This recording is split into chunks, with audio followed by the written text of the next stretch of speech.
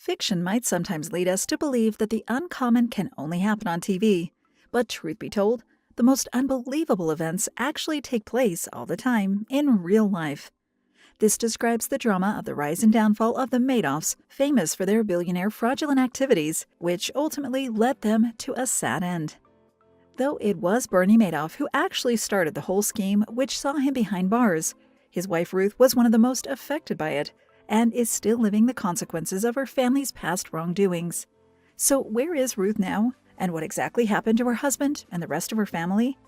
Has she ever been imprisoned, and did she lose her fortune? Keep with us to know all the details of Ruth Madoff and her sad and tragic life. This story of the fraudulent rise and subsequent downfall of Bernie Madoff is not unknown to the general public, whether people know about it by reading the news or thanks to the ABC miniseries Madoff. It's certain that the case causes rage, indignation, and also brings up many questions regarding the whereabouts of Bernie's family. Needless to say, life for the now-widowed Ruth Madoff hasn't been kind. Besides never divorcing Bernie, Ruth barely acknowledged the extent of his crimes, even after his arrest. "This is not the man I owned 9 homes with. When you spend hundreds of millions of dollars with someone, you think you know him. I guess I was wrong," she stated in a public letter. A couple of years after her husband's trial, Ruth reportedly changed her name and appearance, moving with family in Florida and then to Connecticut, where she's apparently been living in a small Greenwich condo since 2017. While details about Ruth's well-being are unknown these days, her choice to keep her current life a secret is understandable, given not only the scandal her family went through, but also due to the loss of her spouse Bernie and 2 sons in the last decade. Although the Bernie Madoff scandal was huge back in the day, and thousands of people were negatively affected by his actions, the fact it has been so long since then might cause some details about the case to escape people's memory. There's no way to simplify Bernie's Ponzi scheme, one which he led through his company Bernard L. Madoff Investment Securities LLC, and is considered one of the biggest financial scandals ever, for swindling $65 billion from investors all around the world. It all started in the 1990s when Bernie was a renowned stockbroker and investor, respected for playing a key part in developing the technological platforms currently used in stock exchanges. However, right when the Gulf War caused the market to stall, he started the drastic pyramid scheme which changed many people's lives forever. "I thought this would only be a short-term trade which could be made up once the market became receptive," he said through a 2013 email to CNBC. Though according to investigators, the scheme began in the 1970s, it's for certain that Bernie continued his operations for decades, until 2008, when the financial crisis took a toll on his fraudulent business. Right there he confessed the crimes to his family, who turned him in, resulting in a 150-year sentence for Bernie and the restitution of billions to his victims. Knowing the wicked nature of Bernie Madoff's activities, it's understandable that his family was on the receiving end of a strong backlash. One aspect more energetically judged about this case regards the management of the family's finances in the aftermath, especially in the case of Ruth. Prior to being discovered, Bernie and Ruth's net worth was of theoretically near $140 million, allowing them to enjoy a life of luxury, which included 9 homes in the US and Europe, yachts, cars, fine art, jewelry, and millions in securities.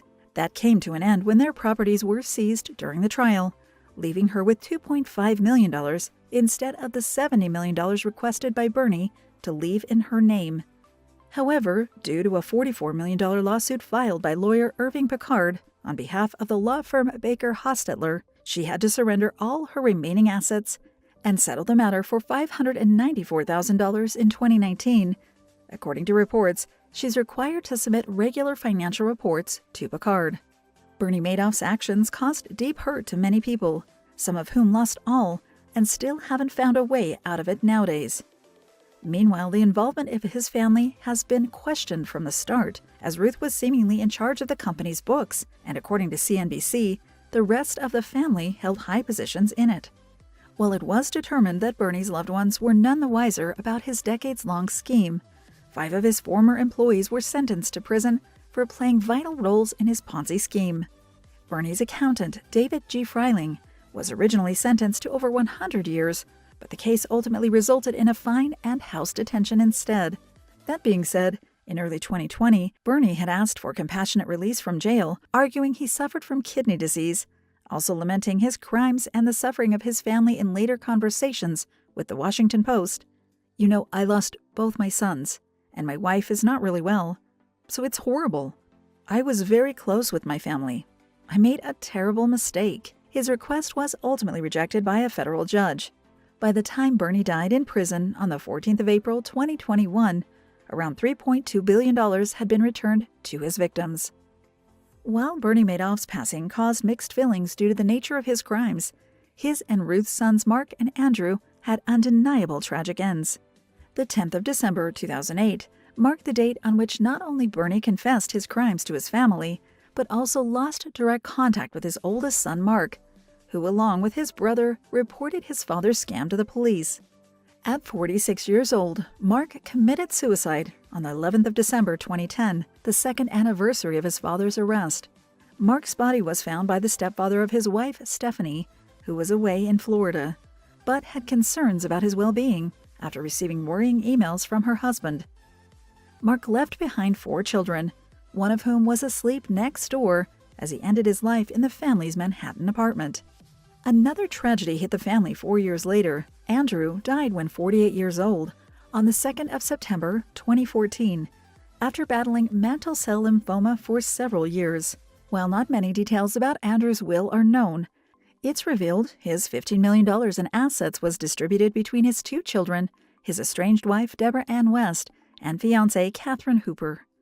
Ruth Madoff had also faced the backlash from the media, and especially from victims of the scheme, reportedly linked to the death of 3 people, besides that of her sons and husband.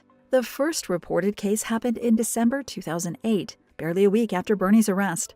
A 65-year-old man named René Thierry Magon de la Villechais committed suicide in his Manhattan office. According to reports, Magon was a founding member of Access International Advisors, having connections to Bernie Madoff through the sub-fund Lux Alpha SICAV, which led to his company's demise, with investments calculated at around $1.4 billion. According to ABC News, Magon's suicide was related to the pressure from the Madoff scandal.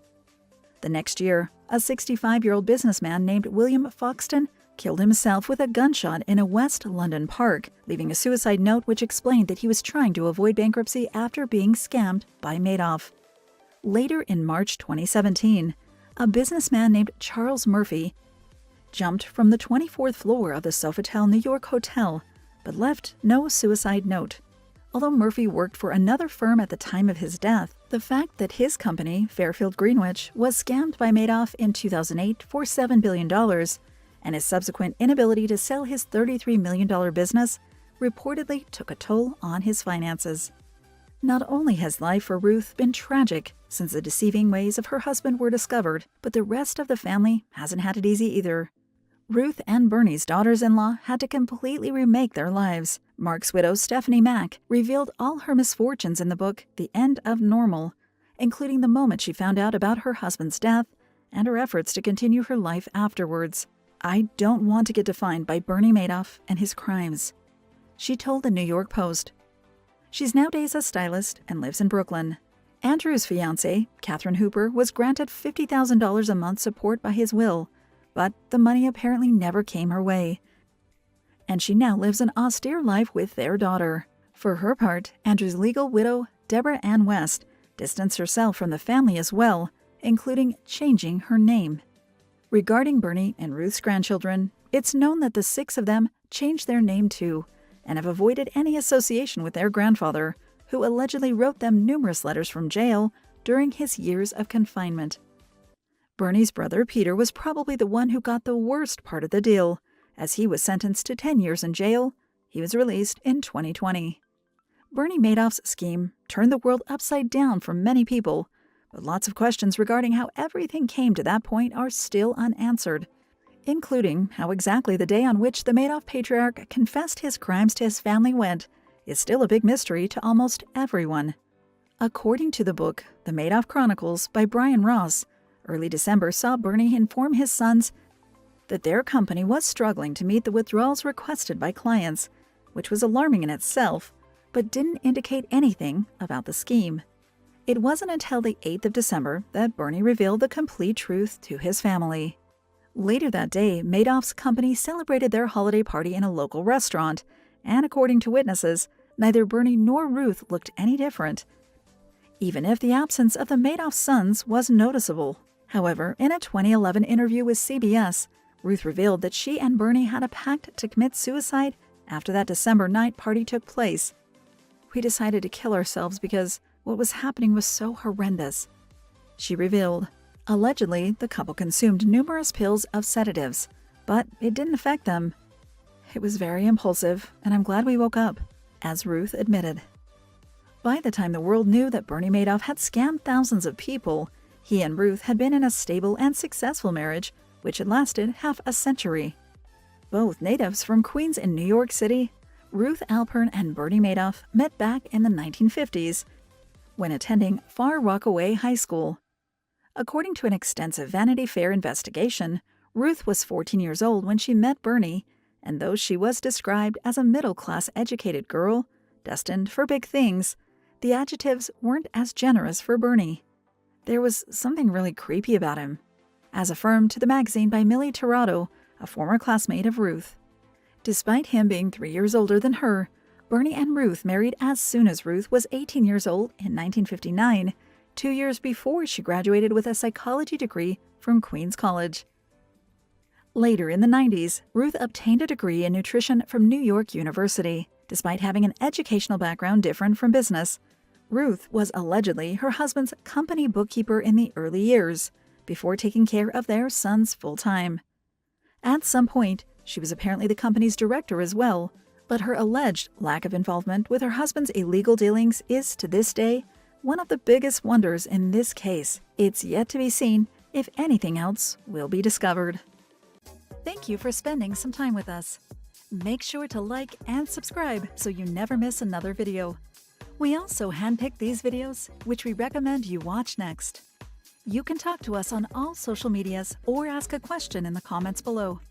Thank you for being with us, and we'll see you back tomorrow.